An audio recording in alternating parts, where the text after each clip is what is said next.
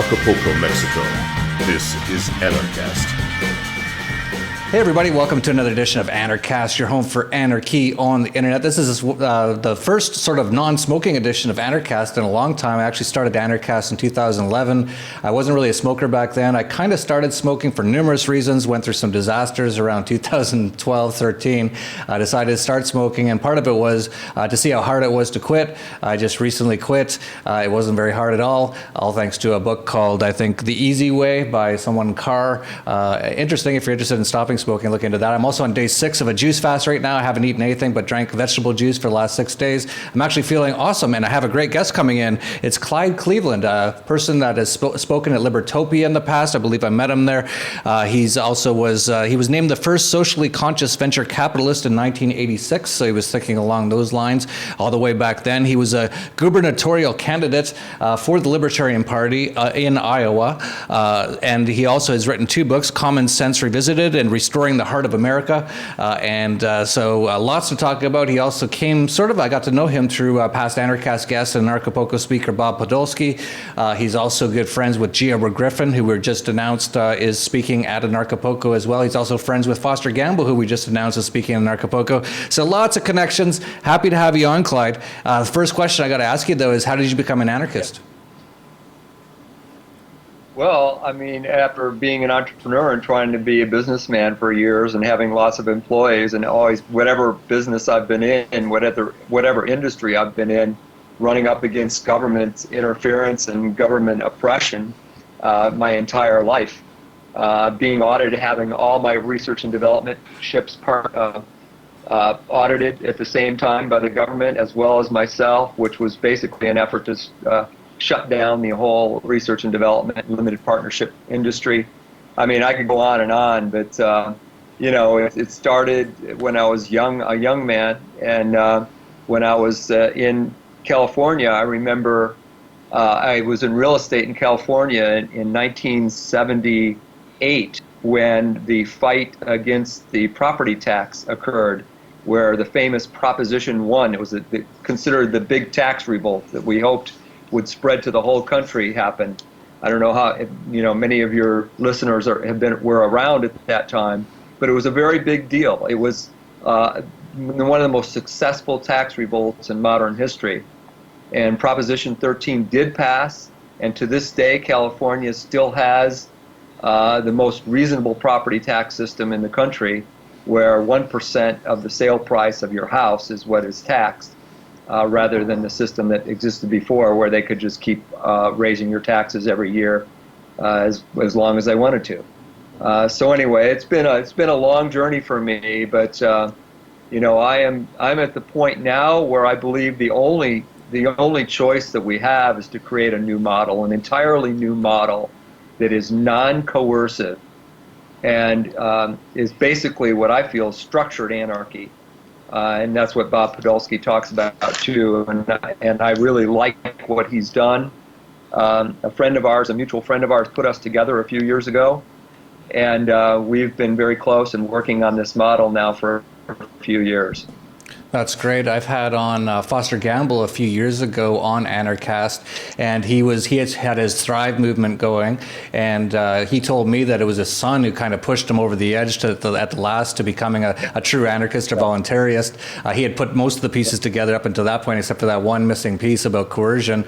And then Gore Griffin came on about a year or so ago, and and Gore Griffin came on about a year or so ago, and sort of similar story. He's like, I had most of the stuff put together, but I didn't fully realize it till the last few years that was the missing piece, was the non-coercion part. Once you take that part out, everything's fine. And it sounds like you're sort of on a similar path. It's a very similar path, and the thing there's several things I like about Bob's book Flourish and his whole plan. That Foster also picked up on. I mean, Foster and I have been the 2 biggest promoters of Bob's book, Flourish, and we've spoken with Bob twice now, once at Libertopia, and then at an event I put together in Fairfield, Iowa, about 3 years ago. And Foster gets it. I mean, because he understands that we need a new model, new non-coercive model. Now he thinks, the last time I talked to him anyway, that we need to create a transition to this model. And I've been thinking about that and talking about that with him and with Bob for some time. And I really am not sure about that. I think what we need to do is we need to create the model and let the model flourish and thrive. And as people come to it, the old model will fall away. I don't think it's going to work unless we do it that way. And so I think what we should probably do, Jeff, is spend my time with you today talking about that model and how we can create it, if that's okay with you. Yeah, absolutely. As you know, at Anarchapulco this year, that's a big part of what we put in our promo video was Buckminster Fuller's quote, in order to create a new system, you don't change the old system, you create a new system that makes the old system obsolete. And that's something I totally believe in now as well. I agree with you. We just need to create these models and everything will come after that. Bitcoin's one example. Someone created a new money that didn't need any central bank and was uncontrollable by any government. And that's just boomed and it's just taken off and it's creating a whole industry of its own. So just creating these things. So yeah, absolutely. And you'll be speaking at Anarchapulco too, I should point out. So you'll be talking a lot about this stuff. But yeah, why don't you go a little bit into what you're talking about? So the way I like to do this is I like to talk about the models, just like you just did. You mentioned Bitcoin. You mentioned these other currency companies that are bottom up. There's a lot of examples. Bob Podolsky mentions the Deming, the whole Deming phenomena in Japan, which had certain elements of the new model that Bob and I talk about in it. All you needed to do is have one or two that are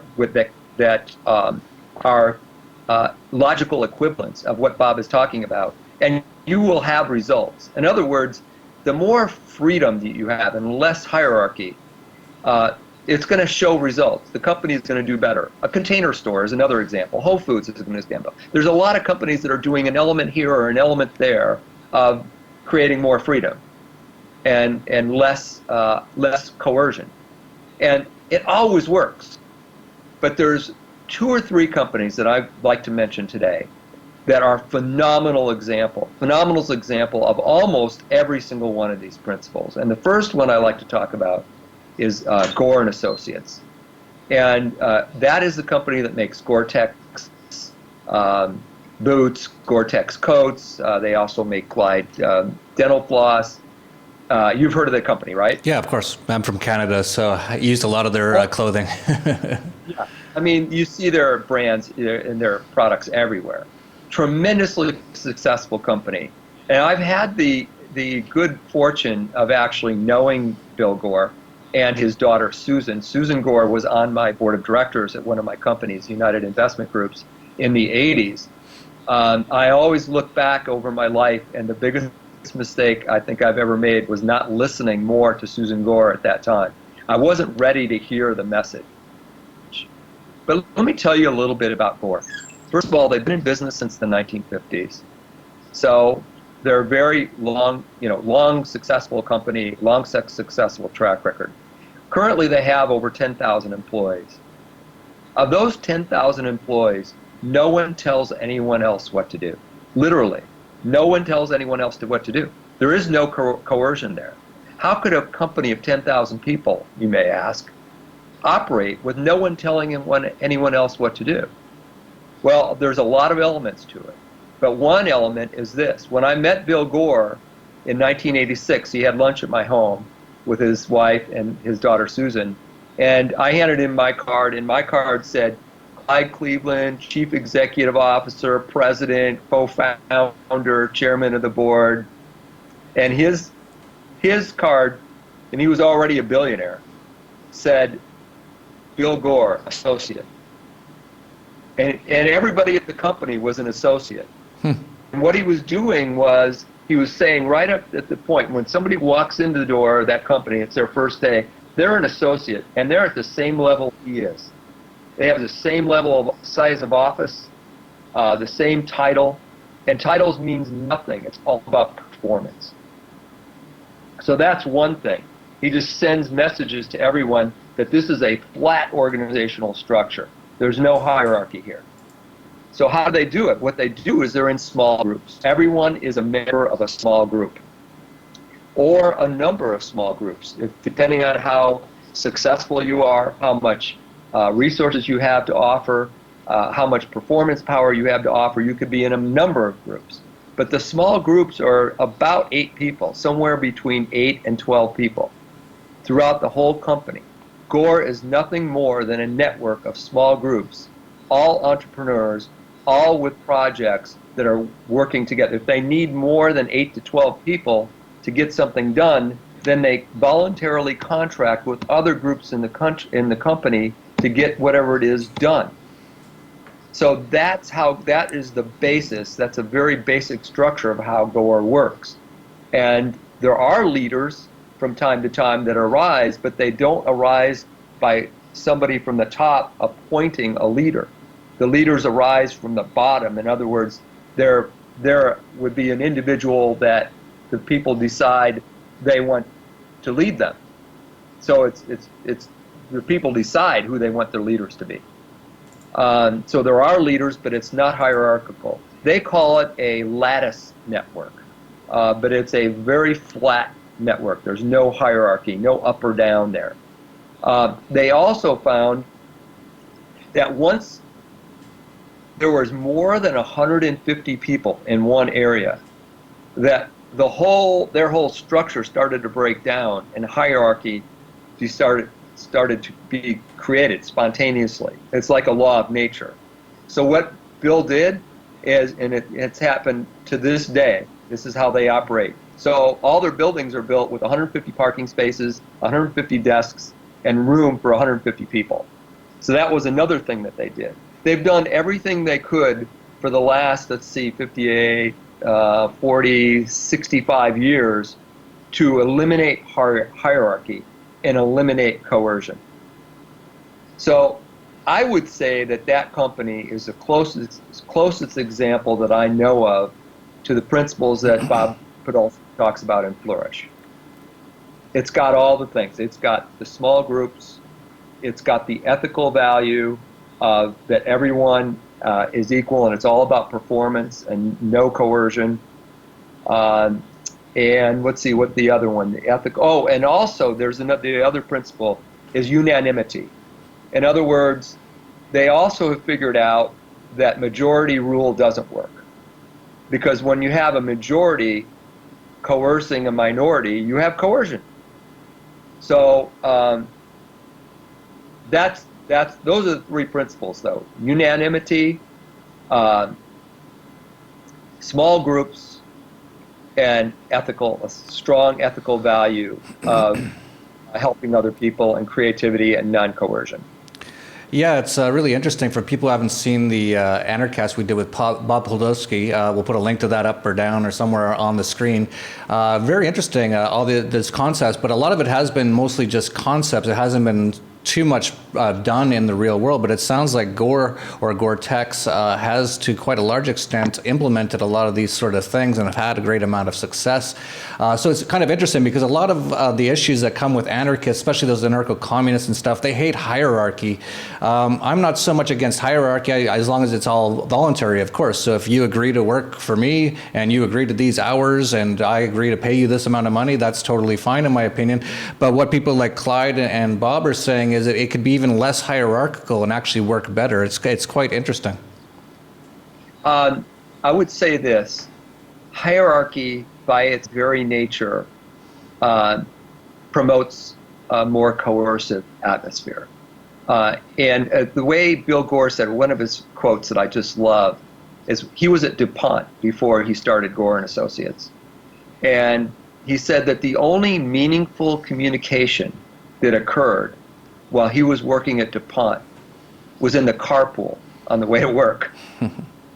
And in other words, what he's saying is, as soon as you walk through that door, then the laws of nature of hierarchy begin to take over.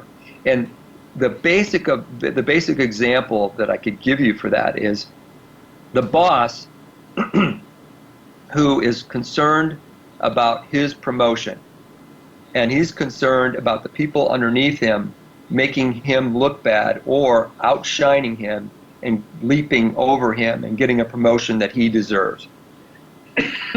And that can be he or she. So that is the problem with hierarchy. By its very nature, the structure, Bob's mentor, John David Garcia, defined hierarchy and bureaucracy, which is what results from hierarchy, as excuse me. Oh boy. The systematic destruction of creativity. So the definition of hierarchy and bureaucracy is the systematic destruction of creativity. And I think he's on to something. It's just, as soon as you create that structure, you're moving away from freedom and you're moving towards coercion, just by its very nature. So what Bob is trying to do is create this model where you have these octologues, these groups of 8, ideally 4 men and 4 women, and then you have networks of those octologues working together, so that you always have the unanimity, because the octologue doesn't do anything that everyone doesn't agree to do.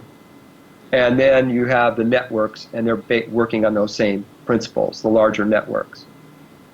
So that is the basic truth. You want to do whatever you can to get away from hierarchy. And that's what Bill Gore understood. When he left DuPont, he had been working with some small groups.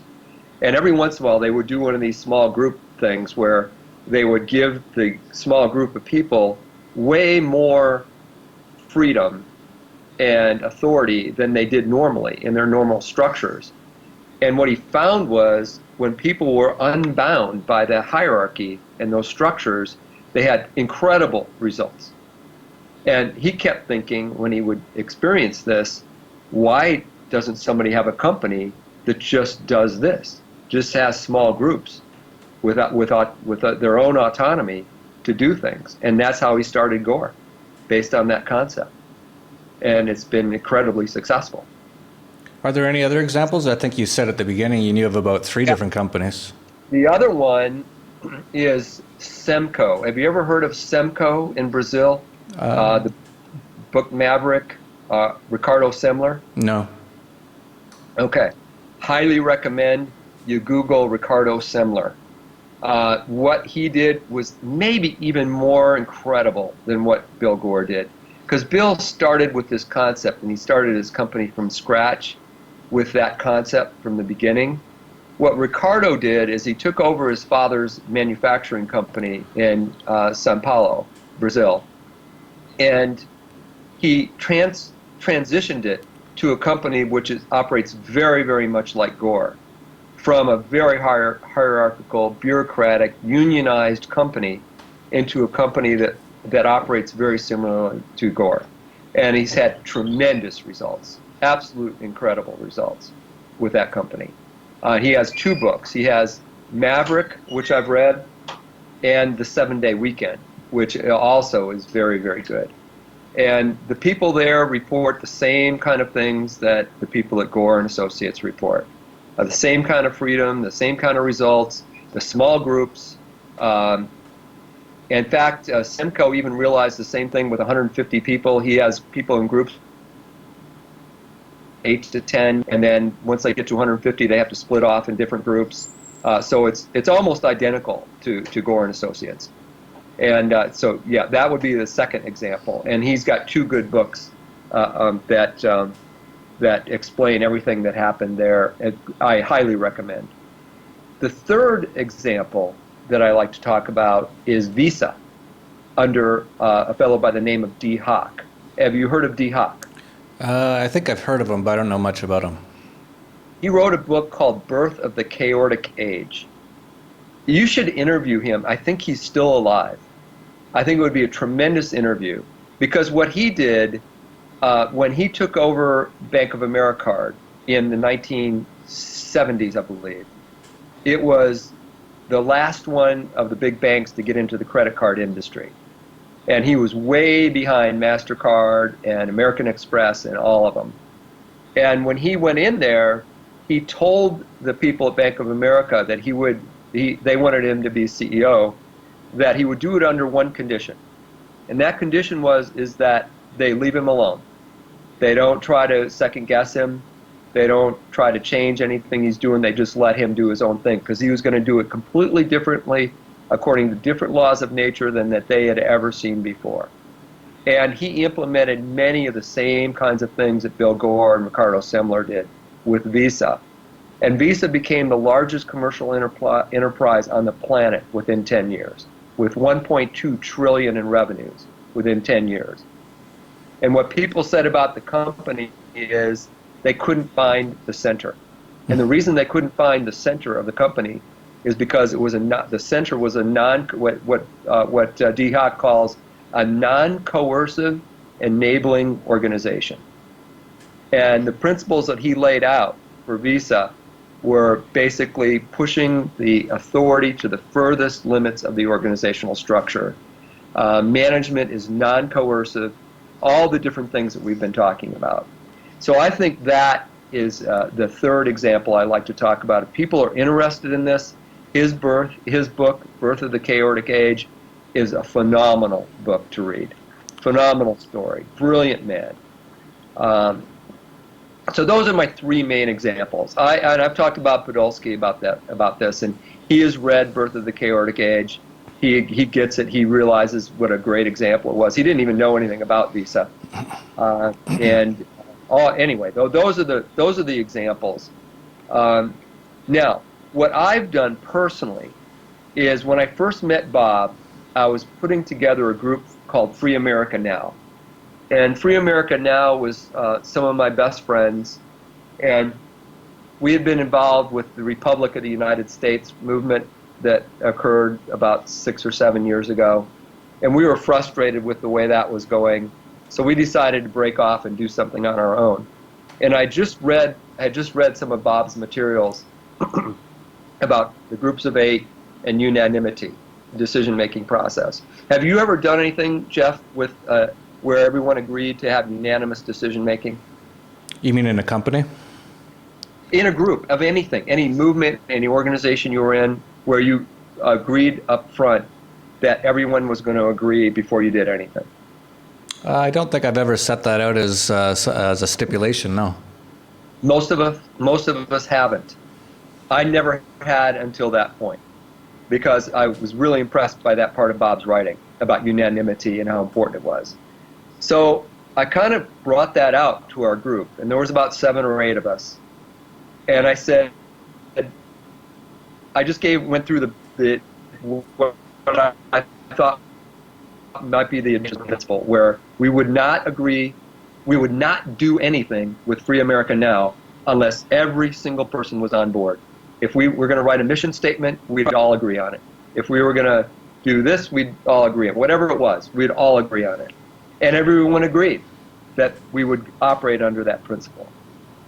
And I cannot tell you how incredibly powerful it was. Now, it took longer to get things done because we had to all agree. Like the first thing we did was agree on a mission statement. And we had to agree, all 8 of us had to agree on every word of that mission statement.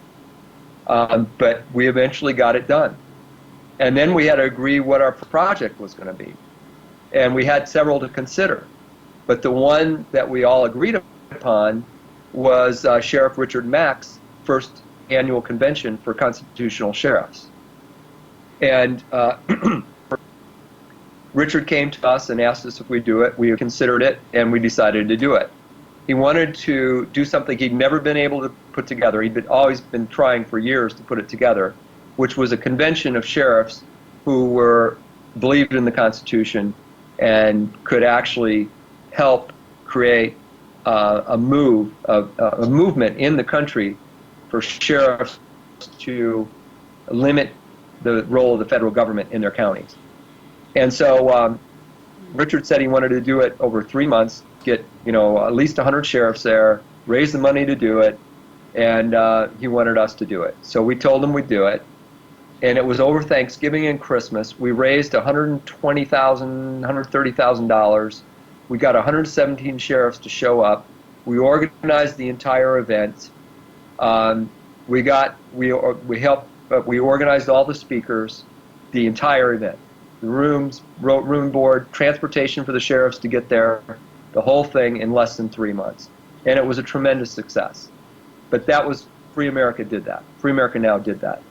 And that was the first time I had actually experienced doing something with a group of 8 people like that with unanimity. And it worked. It was amazing. Yeah, when you come to Anarchapulco, there's going to be a number of people you'll want to hook up with. One of them is Luis Fernando Misas. He actually has his own sort of socially conscious capitalism, sort of leadership company where he helps a lot of companies sort of work these things out. And of course, Bob Podolsky will be here. Of course, Foster Gamble, a lot of your friends. But there's going to be a lot of people who are all on the same wavelength. And I find it all very interesting as well as an entrepreneur, as a person who's had many businesses, to hear about the success of some of these things that are actually a lot more in line with my philosophy than the way I've already been doing things. Well, I really think that those are the elements. So let's talk about one of the keys of it. Unanimity is one, small groups, a couple other elements I forgot to mention. Gender balance. This is really an important thing. You'll be more powerful if you have gender balance, as close to 50-50 as possible, women and men. And I don't know why that is, but it works. And it's a balance of feminine and male energy. A lot of this is explained in John David Garcia's work, the creative, what is it called? Creative Transformation by John David Garcia. Another really good book to read, because the ethical principles that Bob talks about are absolutely crucial to the success of this program. And the way that they define an ethical act, is an act in which you as an individual increase the creativity of one other person, including yourself, without harming anyone else. It's really simple, but it's extremely powerful. It's consistent with every world religion. And if people would just follow that simple, basic ethic, the whole world would completely change. And we wouldn't have coercion. And it's really key that when people create these octologues, these Flourish octologues, that they understand those ethical principles very, very well. So I highly recommend reading at least the introduction to Creative Transformation, because he explains that very, very clearly in there. But it's more than just increasing creativity. When you increase somebody's creativity, there's a logical equivalence to creativity. You're also increasing love, you're increasing truth, and you're increasing awareness. So whenever you commit an ethical act, you're actually increasing all those things: love, truth, awareness, and creativity. Enhancing that in at least one other person, including yourself, without harming anyone. Very simple, but very, very powerful. Gender balance. Oh, back to Gore for a minute. This is a very interesting thing about Gore. This Bill Gore was an amazing man. Somehow he tapped into these natural laws that other people just wouldn't ever get, and then he acted on them. Gore and Associates has, as I told you before, over 10,000 employees. They're almost all engineers. Now, the average engineering school, I think the average male to female ratio for engineering schools is somewhere between 75 to 80% men, 20 to 25% women. Gore and Associates, almost all engineers, is 40% women, 60% men.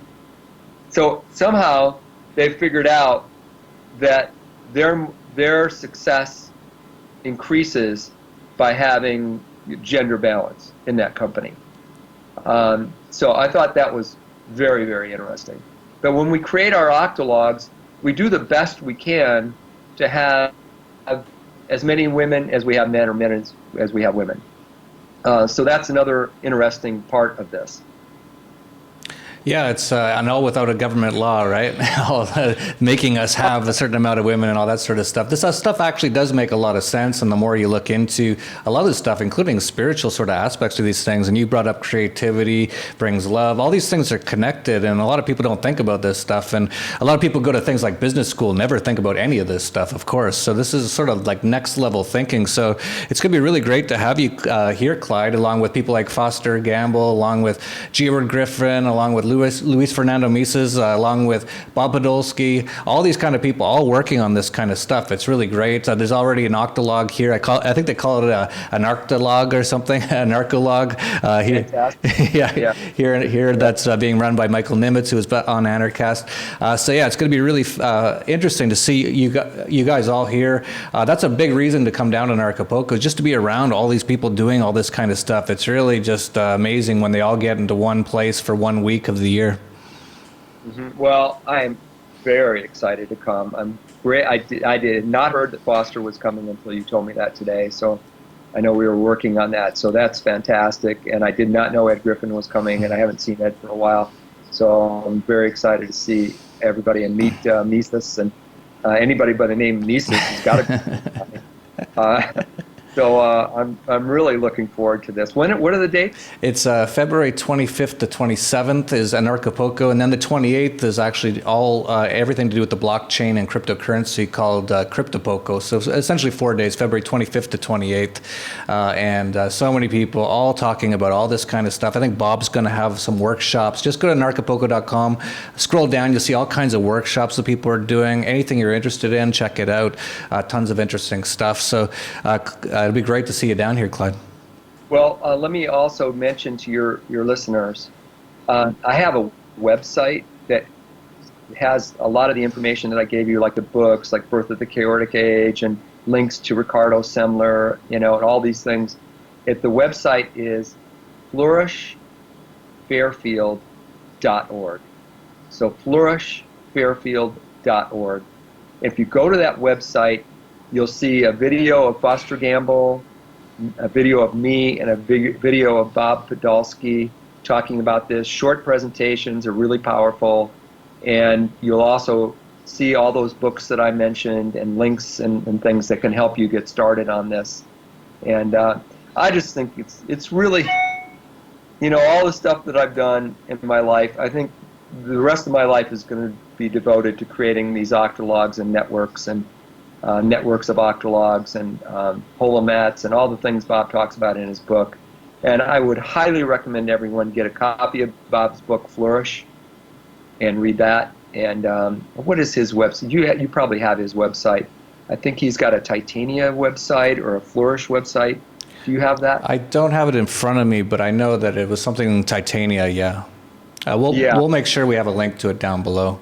That'd be great. And then people just Google Titania, they'll probably find it as well.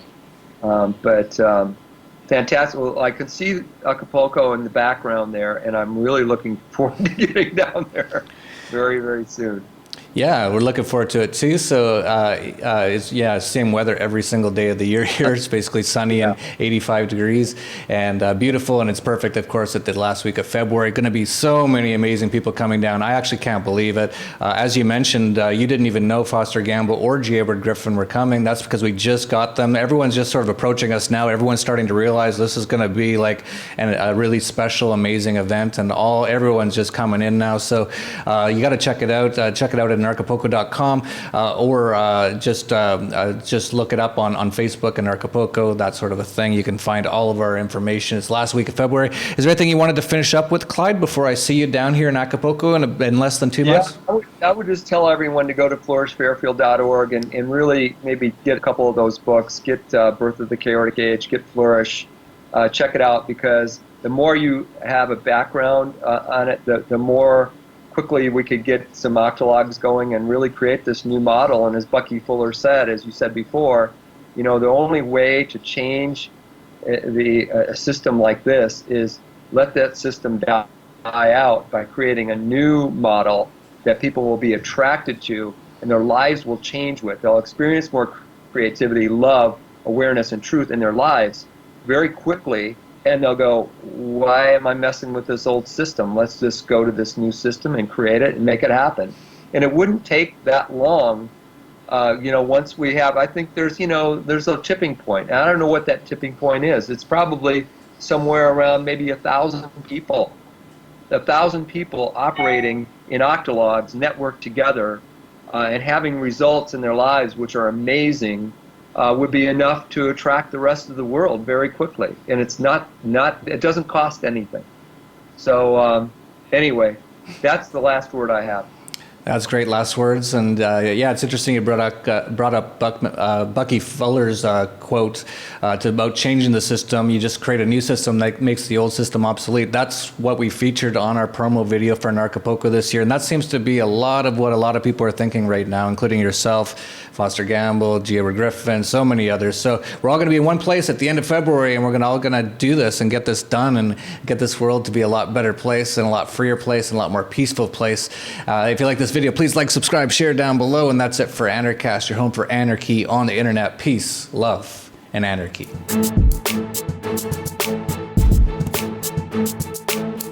Are you coming back next year? I wish we were already at next year so I could come back. It was so much fun. I feel like I'm part of a big family here. I've made so many amazing friends, instant amazing friends. It's incredible to be around people who are so evolved. The best part is always the people. It's almost overwhelming. Just so many amazing people in one place. There's always the trailblazers, and a lot of them are here. This is now a pillar of the global community of freedom activists. I mean, I'm filled. I feel like a champagne glass. Bubbly, renewed, festive. A lot of people always complain, where are the women? Yeah, Anarchapulco, that's where they're at. Everybody wants to be friends. Everybody just wants to learn more about each other and really get to know each other because we already have so much in common, so why not actually be friends? If you want to be a part of it, come and experience it because you're not going to get this experience anywhere else. You will grow as a person.